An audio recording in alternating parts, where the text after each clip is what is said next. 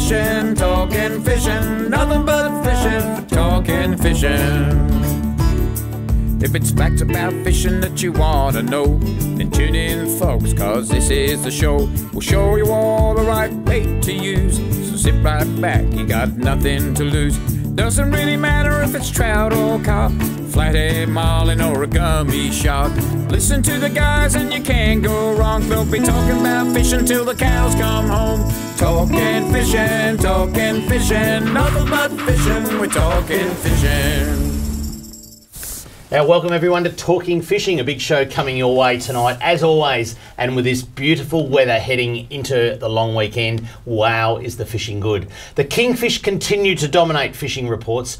219 competitors fished the Whiting Challenge last weekend for some cracking fish, the best going 855 grams. All the results of that comp later in the show. And as mentioned last week, Abalone poaching season is in full swing. We'll talk about tactics for the massive number of squid being taken at Mornington Pier. There's plenty to talk about tonight, so let's get into it with a big welcome to the man who travels by kayak, Adam Ring. Welcome, Ads. Thanks, Dave. And I think it'd be safe to say Kingfish have taken things to a new level in Victoria, because typically speaking, they slow down and are non-existent over a full moon. Didn't happen, did it? They just kept chewing all the way through. Apart from a very tough whiting bite, nothing slowed down for the full moon.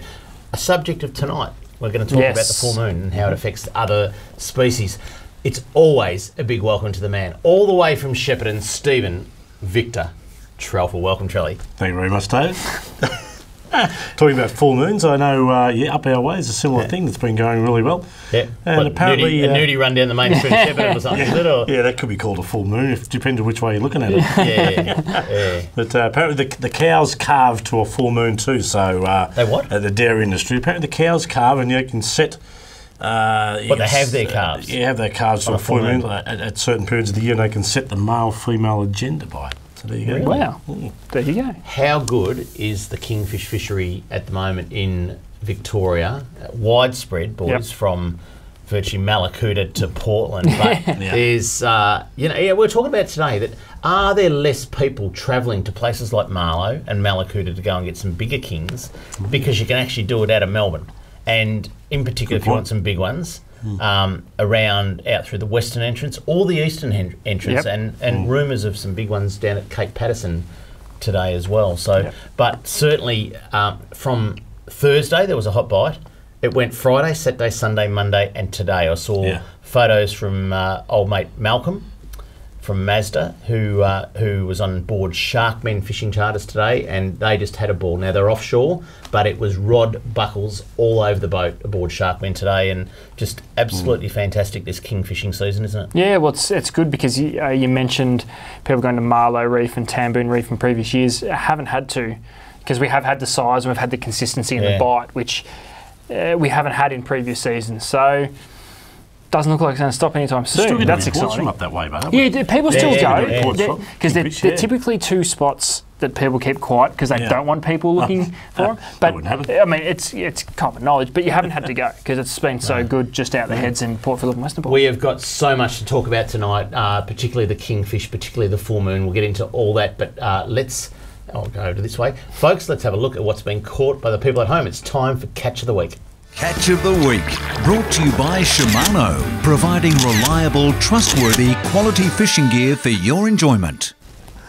And let's kick it off with a species that is outside the heads only just, and they've been there for quite some time. Periodically, on, off, all that sort of stuff. But have a look at this, some southern bluefin tuna caught outside the rip. Shane Skeen and Phil Dixon.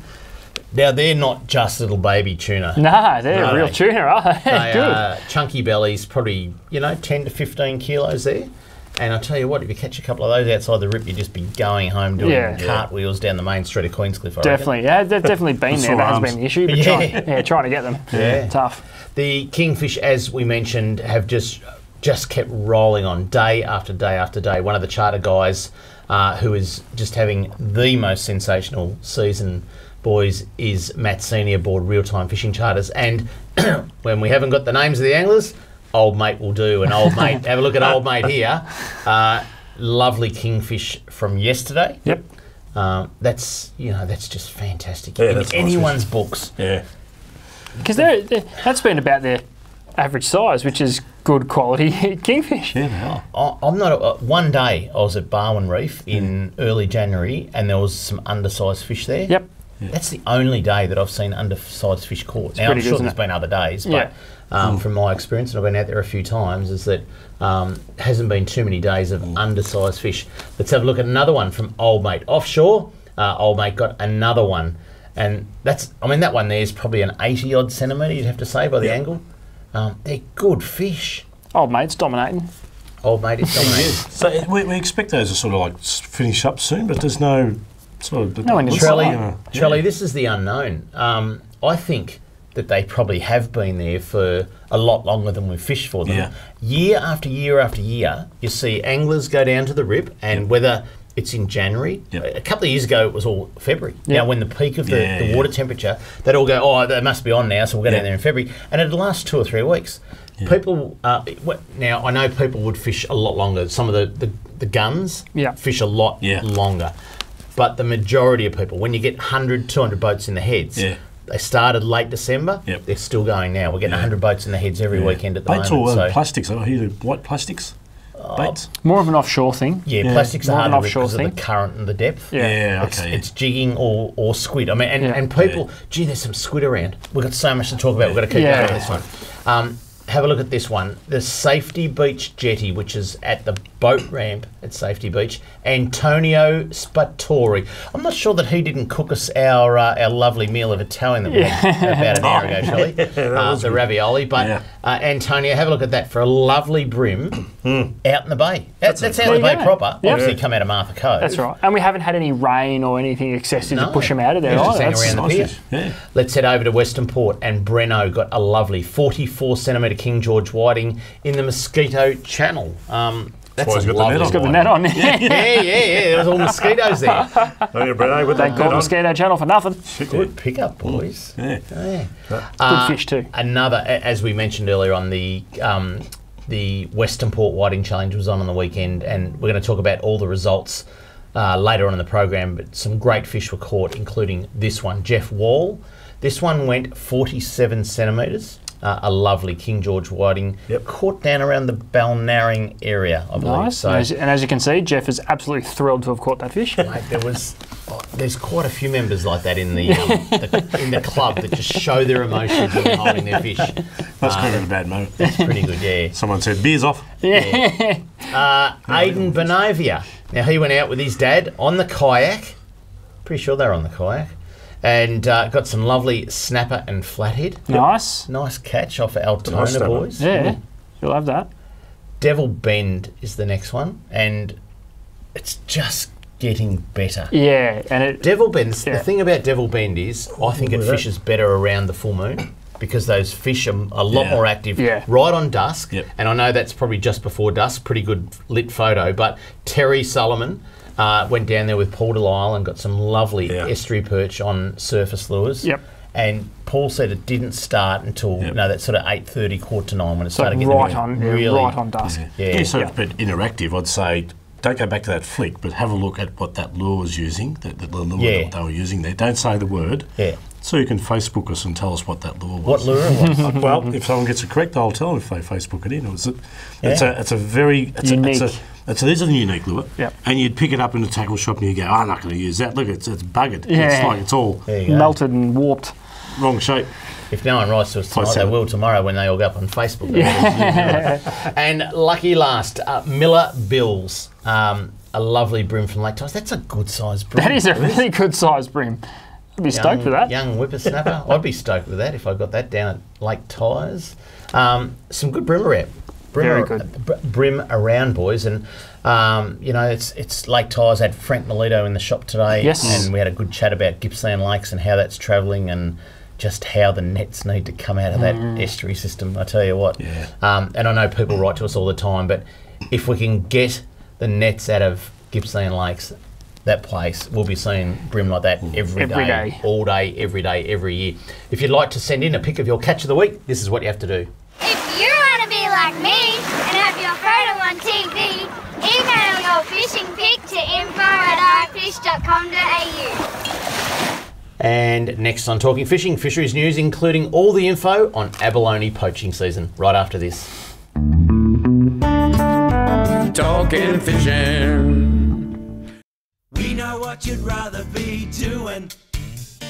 We know what you've really got in mind. We know you'd rather be out fishing.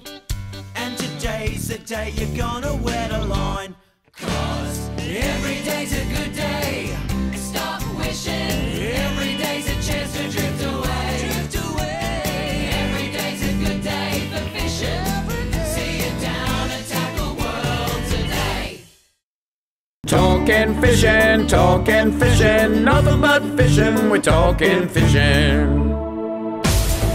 Live from the studios of Channel 31 Melbourne, it's now time for some very fishy news.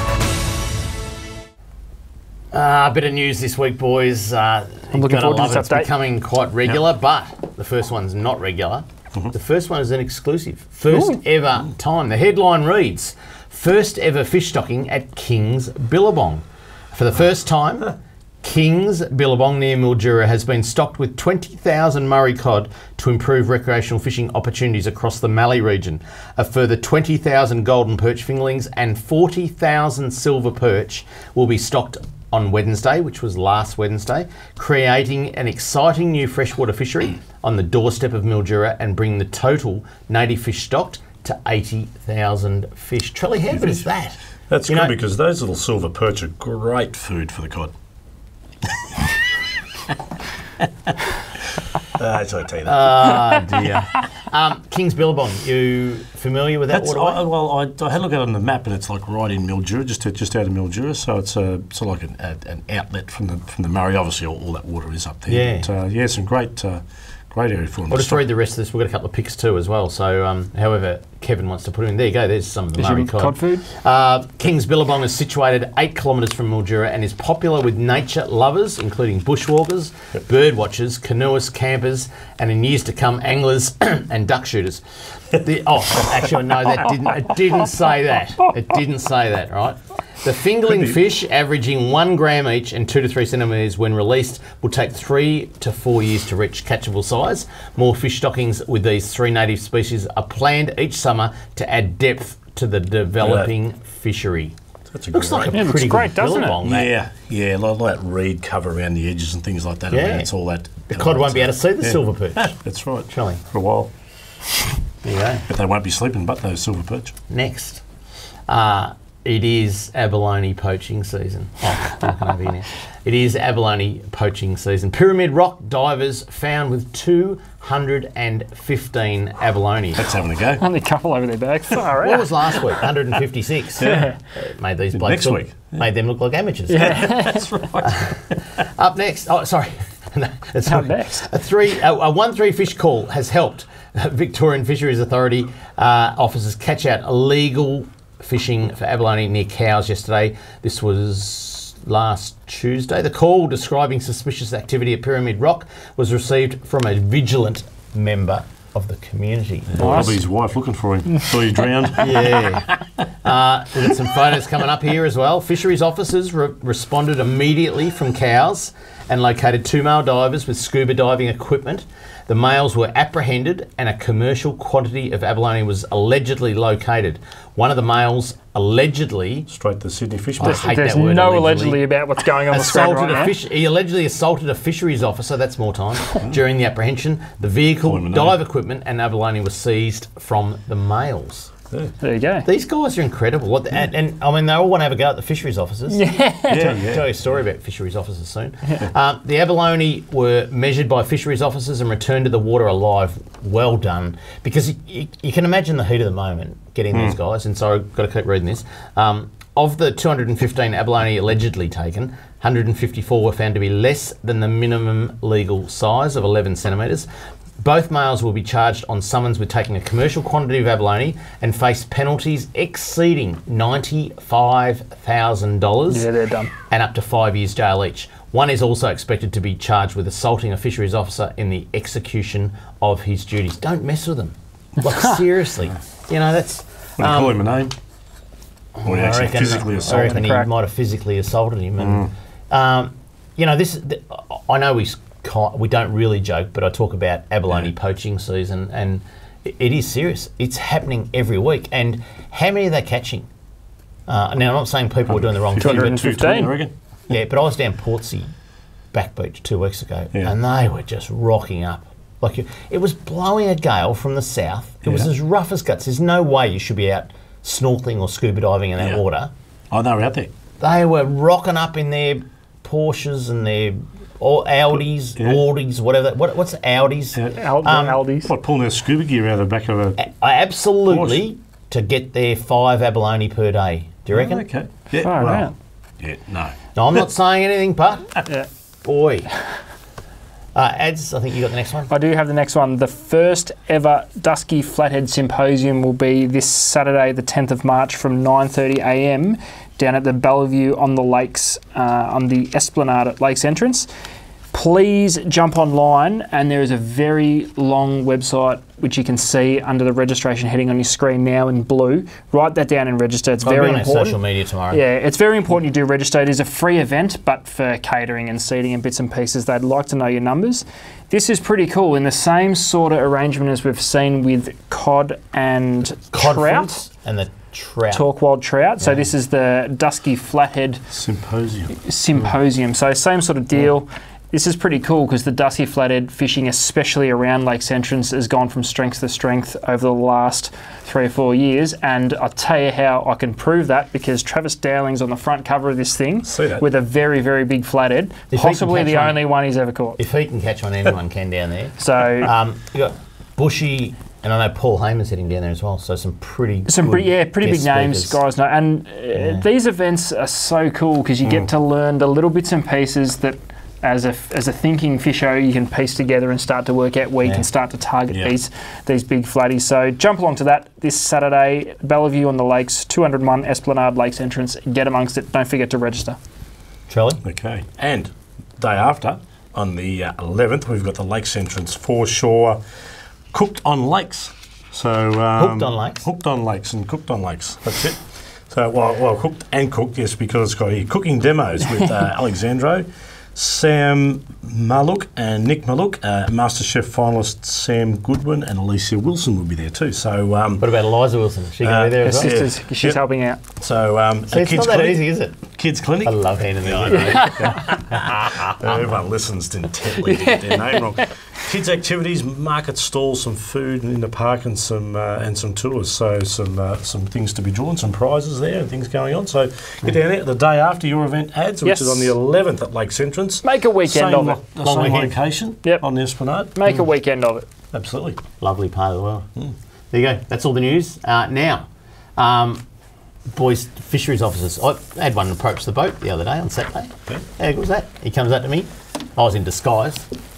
And I was just fishing for some calamari, you know, as I do, off Blair, and he comes up and he goes, "G'day, mate." On his jet ski, comes up and he goes, "G'day, mate. Rod from Fisheries here." Yeah. I said, "Nah, you're the bloke off Talking Fishing." Rod that joined us on the couch last year. Anyway, lucky I had a licence, I tell you. So after a good chat, and Dave managed to talk his way out of every fine. No. I had my licence. Don't you worry about that. Had your licence barcoded onto your, tattooed on your left breast. Yeah. Just get the date changed every year. Good to see him out. Old Rod was in his camo wetsuit, and he had all the gear. And those guys, those fisheries officers, are geared up. They're set up well, aren't they? They are geared up, and you see them coming towards you, go, "This ain't a jet ski." And those Glocks will work underwater too. The Glocks, the pistols they carry. Can we talk about the full moon? So we had a full moon Friday night, I think. Yep. And look, I reckon, well, the kingfish didn't stop for them. Yeah. And sometimes we blame a poor kingfish bite on the full moon. But how many times has that been proven over the course of many species? Yeah. You've always said that, but not up our way. So, hang on. I often blame the full moon for poor calamari. Yeah. We got our bag easy on Saturday of calamari. Yeah. I tell you, out at the Pinnis Channel, I'll talk about it in Hotspots, out at the Pinnis Channel, they were that thick, it was not funny. But when was the actual full moon? It was Friday night. Was it Friday or Thursday? I think it was Friday night. Yeah, so in theory, it should have been pretty average. It was sensational. But Charlie, Imagine how good it would have been without the full moon. I'd love to hear, the people at home, I'd love to hear your theories on full moons. Like, is it better or is it worse for fishing? I've always thought, well, the fish feed at night because they can see with the moonlight. And so the fishing's always a bit poorer the next day. But I'd love to hear the theories at home. So get on Talking Fishing's Facebook page. Just get on there and talk about it, because I'd love to hear people's theories, and let's have a talk about that next week. But Trelly, in the freshwater, what does it do? Oh, you can see your springers a lot easier night time. No, you can walk the banks. It's good to walk the banks. You can see the logs and bits of it. Plus, it does silhouette, because we're only talking like a lot of these fish will come up into 1 or 2 metres of water, so they're looking up all the time. So if you use surface lure or wake bait and things like that, there's some good catches on the full moon. Is surface lure fishing better in the full moon? Would you say? Like, yes. I saw a lure the other day. Or generally speaking? I saw a lure the other day. It was a duck. Like, it was a yellow duck. Yeah. Yeah, we've had on the show. Yeah, Donald the duck. Yeah. Well, they're obviously back in fashion. Yeah. There's mice, there's rats, there's all that sort of stuff. Would that sort of stuff work better in a full moon? It works. Or it doesn't matter. It works pretty well right up to a full moon. You know, the old guys say, the cod 4 days before, but they do. So definitely a silhouette. Or does the cod look up and go, oh, the moon's in my eyes, I can't see that lure? I better eat it anyway. What about other species? So is golden perch? No, I don't hear much of the golden perch because on a full moon. Yeah, you're probably right. We probably focus on the Murray cod because of that surface lures and trout and things like that. So I would have thought they're pretty poor. No, trout. Yeah, no, trout usually can catch on a full moon. Yeah, okay. Like as far as trolling and things like that. So staying out overnight. It is a mystery. It's all about theories, isn't it? Yeah, big what happens? Point. We'd love to hear the theories. Love to hear the theories. Get onto our Talking Fishing Facebook page. We'd love to hear your theory on the full moon. But there you go. Up next, product of the week and plenty more right after this on Talking Fishing. Talking Fishing.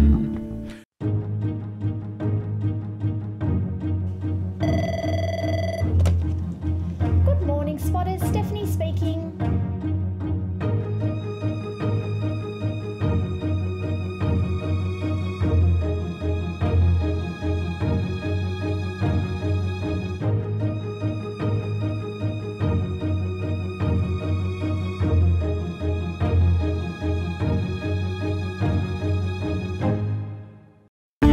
Product of the week, brought to you by Tackle World. Talking Fishing.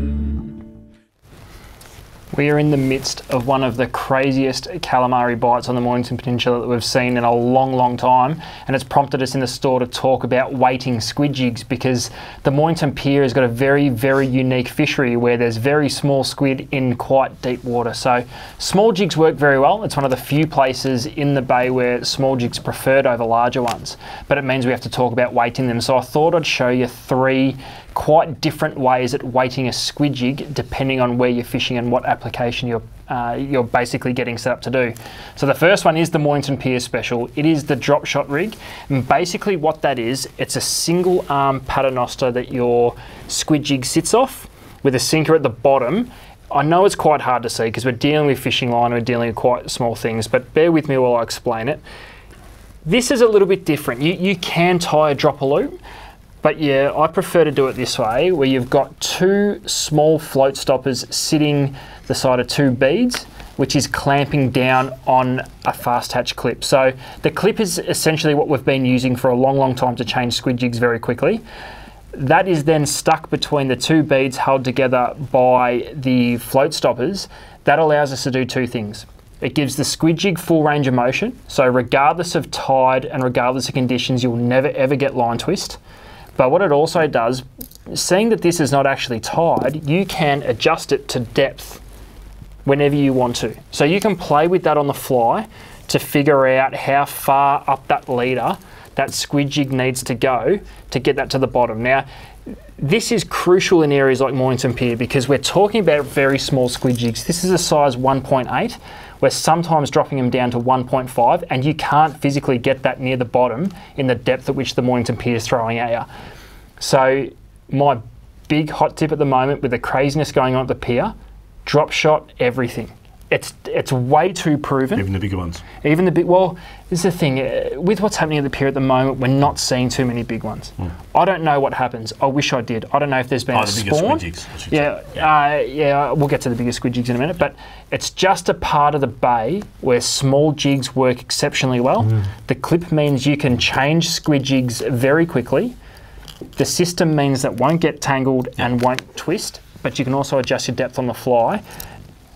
A little clip at the bottom, that's just to make changing weights easy if need be. This is a 1 ounce bomb. It's generally all you need, but depending on, we've had quite large tides. Explain to me what's a float stopper. So a float stopper comes, basically there's a line of stoppers on a small rig. Yep.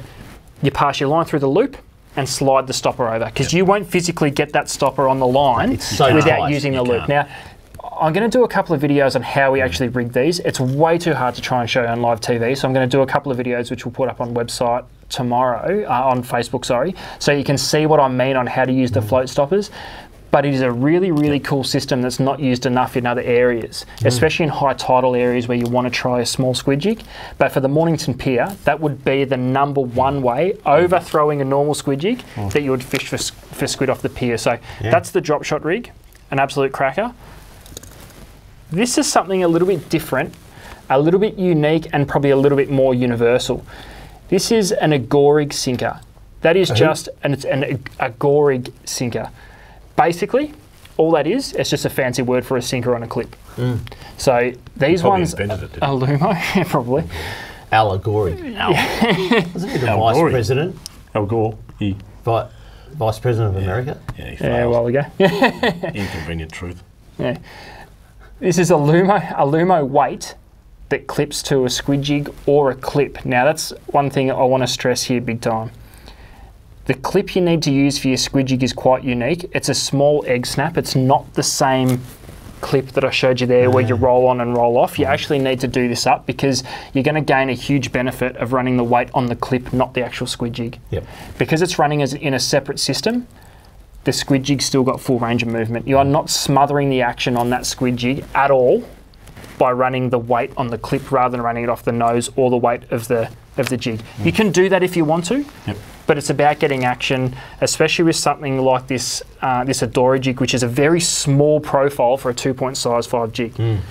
We're not accustomed to seeing something like this. It's very thin, and it's being proved on places like the Mornington Pier where you really want to fish small profile, but in order to up the size of the jig a bit, you're a chance at better squid. So they've been really popular. You can put them on your drop shot rigs, or you can fish them weighted like that with the Agora Sinker. So it's a simple system, but small things like putting the sinker on the clip rather than the jig makes a huge difference. So that would be a good one in tidal water if you want to fish a 2.5 size jig. That little method you're talking about with that weight is used a lot on swim baits too in our freshwater. Yes, exactly right. Very much, same. Exactly right. So it's the same sort of system. This one here is completely different again. And Dave, I know for a fact that you're going to love this system because you can turn a big 3.5 size jig into a jig that's going to hit the bottom in 10, 12, 15, 20 metres of tidal water. So this is a 20 gram nose cone. Unfortunately, it doesn't fit every squid jig. This is a Shimano Cepheid Jig and it will fit, no worries at all. Couple of things you need to do, and it's just a little bit of attention to detail. It comes with a clear rubber band that comes in the packet with the actual nose cone. Don't throw it away. What's it for? You need it. Yeah, because what for? You'll see in the video that I do, it runs over the back of the jig there. You can see there's 2 clear slots in the top of the weight. The bigger one, the band runs through that and comes underneath the jig and actually helps secure the nose weight to the actual jig. It sits over the back of the weight here. Is that what it's for? So it doesn't fall off. The other thing is, do yourself a favour and use a clip. It's one of the few times where I would say use a clip 100% of the time, because the clip is also helping keep the nose cone stable on the jig. Looks like a little Phantom of the Opera, doesn't it? Yeah, it does. Something out of Silence of the Lambs. They make it in 2 colours, white or fluoro orange. So you can basically pick whatever you want there. 2 colours. They're designed to be vertically dropped, not cast. And that's exactly, I mean, I use it, the bigger jigs, the heavier jigs for the cuttlefish. And that's exactly what this system is for. That turns any squid jig into a cuttlefish jig. Correct. And what you want to do, we've spoken about before with the cuttlefish, you're not exactly relying on an action of the jig. You just want to be thumping it on the bottom. Yeah. It's almost you've got to wake them up. Yeah. So a nice big weight, a nice big presence in a 3.5 or a number 4 style jig. Drop it over the bottom and just bounce it on the bottom, and then a cuttlefish will climb all over this thing, and it's all thanks to that nose cone at the front, because you don't have to go and buy your jigs. You can convert the ones you've got into deep water jigs just with that nose cone. Single packet, they come single? Or is 2 in a packet. 2 in a packet? Yep, 2 in a packet. Stay tuned for the videos. I'll punch a few of them out tomorrow to show you how to actually rig them up. They're all pretty straightforward, but it's kind of hard to explain on live TV. But 3 different ways of weighting a squid jig, all for uses in different types of water. Down your way, that style there with the Agora Sinker would be big time. But in fact, I think you should try that in the Golden River tomorrow. I might do that. On my home. But they're pretty cool. Well done, Eds. And so one of the things, this phenomenon that's going on at Mornington Pier, what is it? I mean, they're in plague proportions. That's right, and it happens. To be honest, it probably happens 2 or 3 times a year. Yeah. But it seems to be extending every time. This has been going for about 3 weeks. Yeah.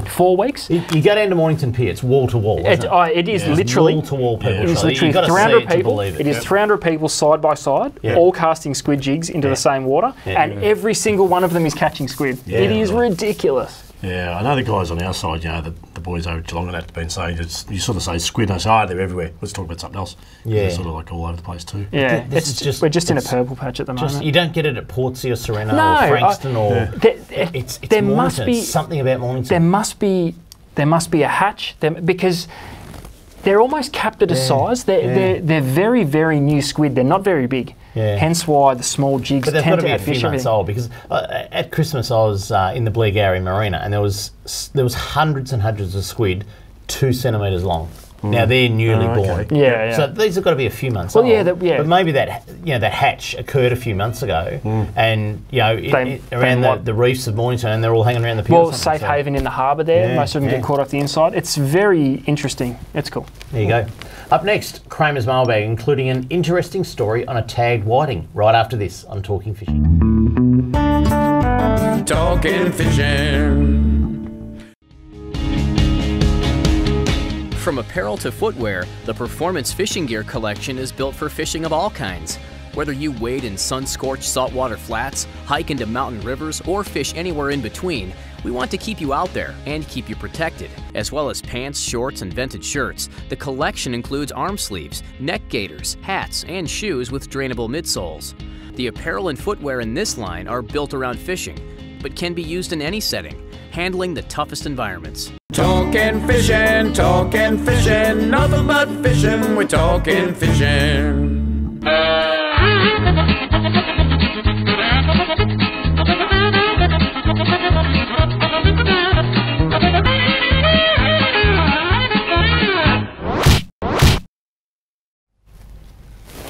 Two questions. Yeah.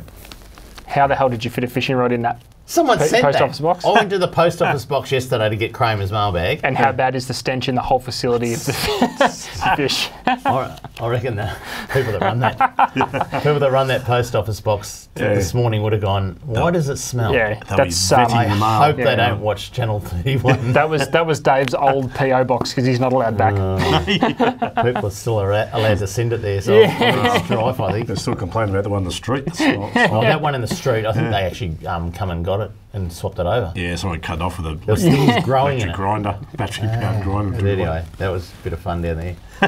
All right, mailbag. All right, the first one here we go. Hi Dave, this is from Chris. He writes, we have an upcoming revegetation day on the Stevensons River up at Marysville as part of the Angler Riparian Partnerships program. Oh, I remember hearing about this at the Talk World Trout Conference. Yep. Yeah. Was wondering if you would mind giving it a plug on Talking Fishing. Should be a great social day with a bit of fishing thrown in and some prize giveaways thanks to Trellies in Shepparton. Happy to provide you with any more information that you may require. Love the show. Keep up the good work. From Chris Leckie, who is a member of VR Fish. There it is. There's all the details on the screen. May 5th. Put it in your diary. Come and join the guys from VR Fish and the Australian Trout Foundation in Marysville for a great day of replanting. And Trelly, you've given away a heap of prizes there, valued up to $320. Yeah, there's a bit of give $320. Yeah, there it is. I don't think people realise that when we talk riparian area, it might confuse people. Or people go, "What's that?" It's that area where the bank meets the water meets bank, and that type of thing. So it's an area that if you get it going, take care of the bank, it'll take care of fishing. Yeah. So it's a great thing. There you go. It's a good thing. And prizes. How good's that? I think they're putting on barbecue, all sorts on that weekend. So they give them away without me knowing. Anyway. Yeah, well, you didn't even know about that until I went to eat. Ross, my young bloke. Well done, Ross. There you go. The next one. Excellent show. This is from Damien. Trout and cod get a closed season to spawn. Yes, they do. Mm-hmm. Just wondering, should snapper get a closed season while spawning? What's good for the goose is good for the gander. Your thoughts, boys? I've got a thought on it. I've got a thought. Ladies get it every month. Well, what? Closed season. So what's a snapper? What period are we talking? Well, sorry, I didn't use the word again. I've got a thought. It's hard. No, I'll tell you what. This has been questioned quite a number of times, right?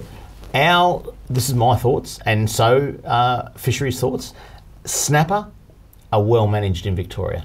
All right, so the bag limit and the size limit allow for a sustainable take of snapper in Victorian waters. Right, if they were overfished, then we'd have some strife. We'd have to look after the breeders, but the science says that there is enough fish in the system that we don't need to close the system because you're taking out only a small portion. And it's sustainable. Now, in South Australia, people go, oh, but the snapper are so big in South Australia and they have a closed season. Yeah, they do have a closed season, but that was because their snapper were nearly wiped out, almost to extinction. And if you've seen the science from Paul Hamer, there are zones. You know, our snapper are virtually all spawned in Port Phillip Bay. They may go back out to the South Australian border. They come back. The ones in Whyalla, they're not the ones that come into Port Phillip Bay. Yeah. That population was nearly wiped out by overfishing. So they now need a closed season to rebuild their stocks. We don't. We have a well-managed snapper season. And if we could look at it in the fact that it's a credit to Victorian fisheries, Victorian recreational anglers that we don't need a closed season. Yeah. We have closed season other species because there has been either a little bit of mismanagement or because they are easily targeted in their spawn run, shallow water with trout bits and pieces. Yeah. We don't need a closed season, and the science tells it. It's scientific fact. It's not someone guessing. Yeah. We don't need a closed season because our fishery's been well managed, and us as anglers have learnt over a long time to respect the fishery, put back big fish. We've got better releasing. Yeah. We don't need it, and it's a credit. It's a credit to everyone that's involved. It's not just oh no, we don't need it because it's our the biggest species we can catch year round. But it's a good thing, and I don't think we need it. I agree with you 100%. I think you answered that. Yeah. Next. Here you go. The whiting challenge was on the weekend, so I've got some results here. The heaviest whiting, and we've got a couple of photos here too, I think. Heaviest whiting, 855 grams. Oh no, that's a wrong photo. I thought I had photos, but that's a different one. Heaviest whiting, 855 grams by Robert Budgeja. Heaviest bag went 11.14 kilos by Robert Budgeja. He dominated that, bloke. Oh, Budgie. Hard to say his name. Heaviest whiting by a female angler was 824 grams. Now, these are big fish. They're good fish. They are legit whiting. That was by Karen Cobb. The heaviest whiting by a teen angler was 548 grams by Matthew Shembry, Robin's son. Nice. Heaviest whiting by a girl under 10 was 628 grams by Sian Gallagher. So some good fish caught. Yeah. I think I said earlier on 219 anglers. Great club event. Really, really good. Now, Dave, you did the presentation. What was the general feel? Did it fish well for whiting over the comp, or was it? Obviously, the rewards were there. You cannot argue with how good those whiting were. It fished all right. I think we had a good weekend of fishing, and the fish turned it on. For those anglers that were out there. I mean, there was, I think, just over 500 fish caught, so not a big average per people, but some people got some really good bags. So one of the interesting stories, and we'll put that photo back up, there was a recapture of one of Don Newman, who turned 97 a couple of weeks ago. 97 years old, tagged whiting caught by Don was caught during the whiting challenge. Now you can see So a tag. It's got a tag, a little yellow tag hanging out of it. Old mate killed it and won't get any more information on that one other than tasted good. But tag 0311 was recaptured by Jeff Wall on Sunday the 4th. The fish measured 47 centimetres. It was captured not too far from where Don released it, and in the 11 months, it had grown by 3 centimetres. That's pretty quick. Yeah, it's good. There you go. It's a good growth rate. I tell you what, there's some young guns at the comp too. Have a look at these two young guns last week, and hopefully we've got a photo there. There's young Harry Sergiu and Ben Clothier. Look at that. Kingfish 1 week and whiting the both next. took out a prize in their respective categories. So good on them. Two fine young men, I tell you what, that were out at Cliffy Island the week before, catching kings and getting PBs, and here they are in the whiting comp and they're smashing prizes of the whiting, cleaning up all the prizes of the whiting comp. Loving bit of pre-run. Good on them. Yeah, up to the comp. I like that. I love that. It's a great family comp, and should be more of it. If you'd like to write into Kramer's Mailbag, this is what you have to do. Send your mail to Kramer's Mailbag, PO Box 734, Patterson Lakes, Victoria 3197, or email kramer@ifish.com.au. I just want to talk about fishing comps for a minute because I spoke at the Western Port Angling Club's Whiting Challenge on Sunday before I presented, and I just talked about the importance of fishing clubs and fishing competitions in the community, because the Western Port Angling Club is a typical club. It's been around a long time.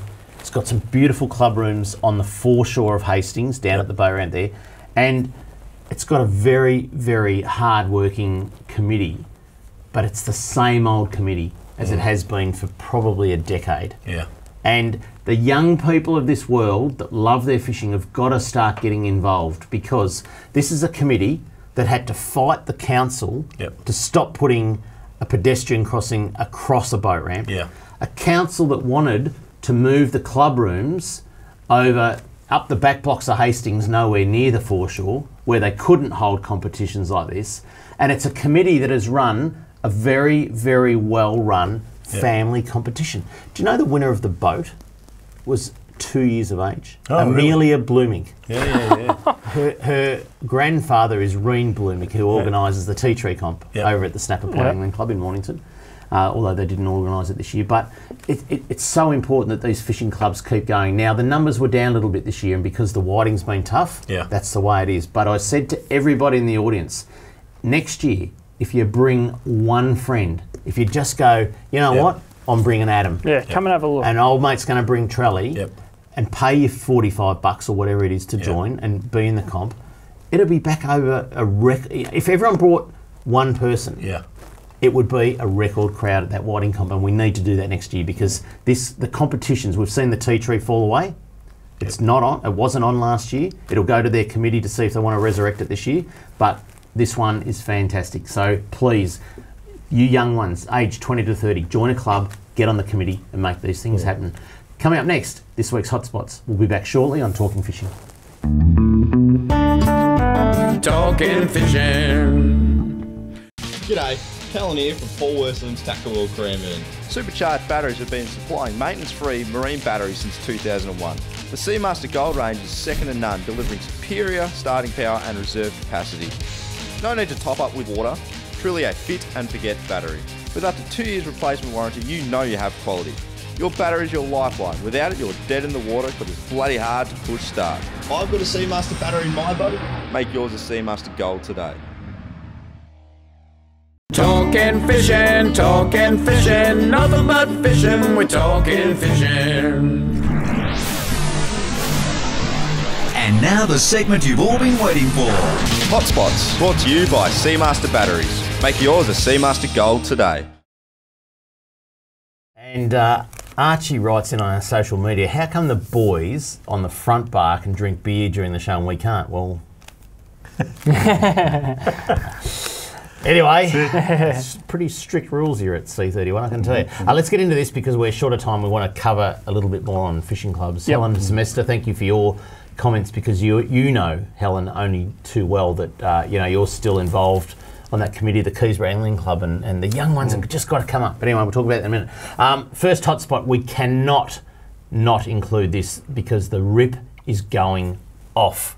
I've declared it. Going It's going off. off. It's The going ripper's off. going off. Yellowtail kingfish, they've been there 6 days straight now. Yep. And it's just going off. It's the place to be. So get down there, Yellowtail kingfish in the rip. Number 2, the Pinus Channel, which runs down the eastern side of Mud Island out in Port Phillip Bay.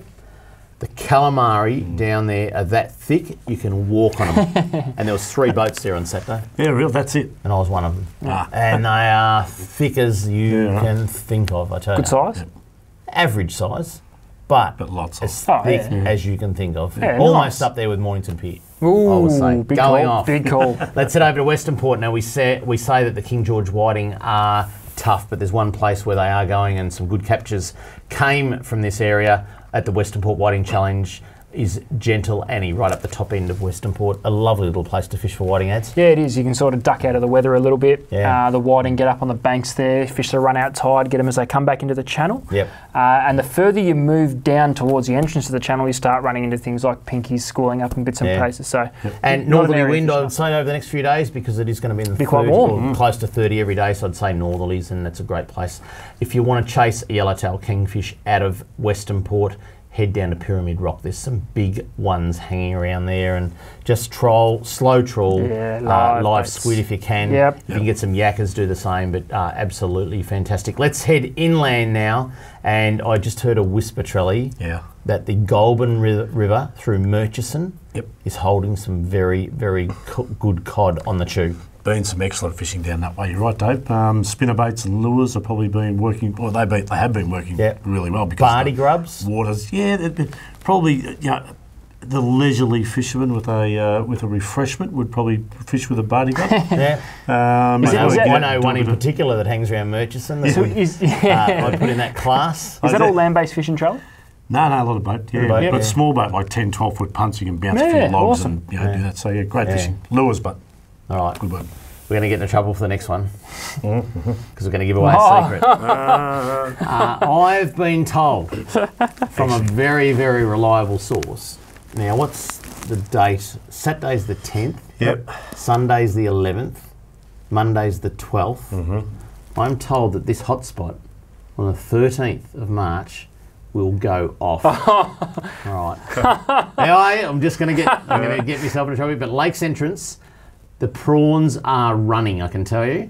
And next Tuesday, Wednesday, and Thursday, I am told, are the 3 best days of the year to go prawning in Lakes Entrance. We even heard that in Shepparton. Did you? Wow. We did. We had guys come in saying there's a couple of guys down there now catching a few prawns. Yeah.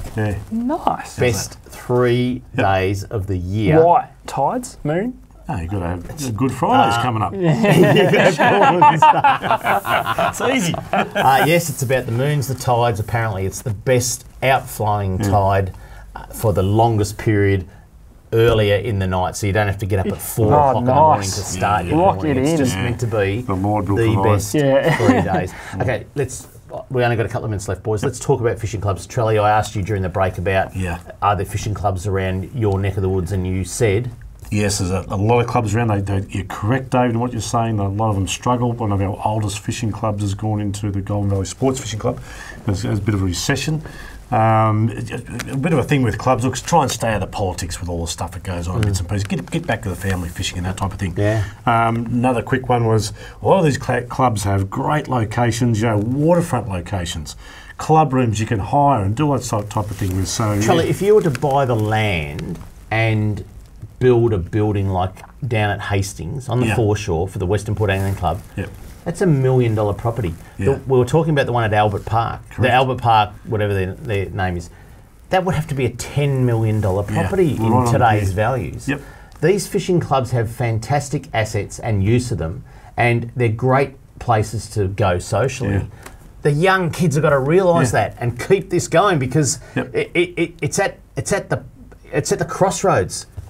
Some of these clubs can fold. Yep, that's right. If they're not, active. So the Gambie Fishing Club, great facility. Talamba Fishing Club, Bullameri. There's a big sign on the wall. It's great in that location. Ring this number. You can book us. You can stay there. Things like that. So some great assets out there within fishing clubs. So like I say, keep out of politics. Get back to some family fishing and having some fun with the clubs, and it's great. It's really good. I was amazed. at the Whiting Challenge, the amount of kids. And so they have categories under 10, 10 to 12, teens, and then you go into the seniors and that. But the young kids under 10 that were fishing the comp, and I know mum and dad would have to help them, but I think there was a very close balance between females and males in the audience. There was a very close balance between adults and kids in the audience, you know, and so this is one club that's doing it very, very well. And to see the organisers of the Snapper Point Angling Club's Tea Tree Comp fishing in the Western Port Angling Club's Whiting Challenge was so good. And I didn't actually realise that Reen and his son John and John's daughter Amelia were in the audience. I didn't even realise. And you know, I spoke about their club, you know, the Tea Tree. It's a shame that competition has disappeared from our calendar. It may get resurrected, but it will only be resurrected if the young members of the Snapper Point Angling Club go to the next committee meeting and stand up and be counted and say, I'm going to make this happen. Because if they don't do that, that comp will not be resurrected. And if it doesn't go this year, it won't ever be resurrected. And I know there's a lot of other comps that have tried, but not on the scale of what the Snapper Point Angling Club have made it for 30-something years. Anyway, that's it. We've spoken enough. That's it for Talking Fishing. We hope you enjoyed the show. For those of you heading away for the long weekend, please have a ball while out fishing and make sure you send us your pics. And if you can catch a whiting in Port Phillip Bay, please send me the GPS marks. I'm getting desperate. Until we see you again next Tuesday on Talking Fishing, please stay safe on the water and enjoy your fishing.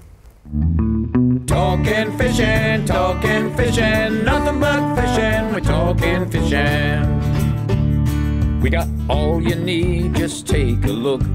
Watch those fish jump on your hook. So just relax and take your time. Enjoy the show, then drop us a line. Talking fishing, nothing but fishing, we're talking fishing. Talking fishing, nothing but fishing, we're talking fishing. Talking fishing. Have a good weekend, Mr. Walker. You too, son.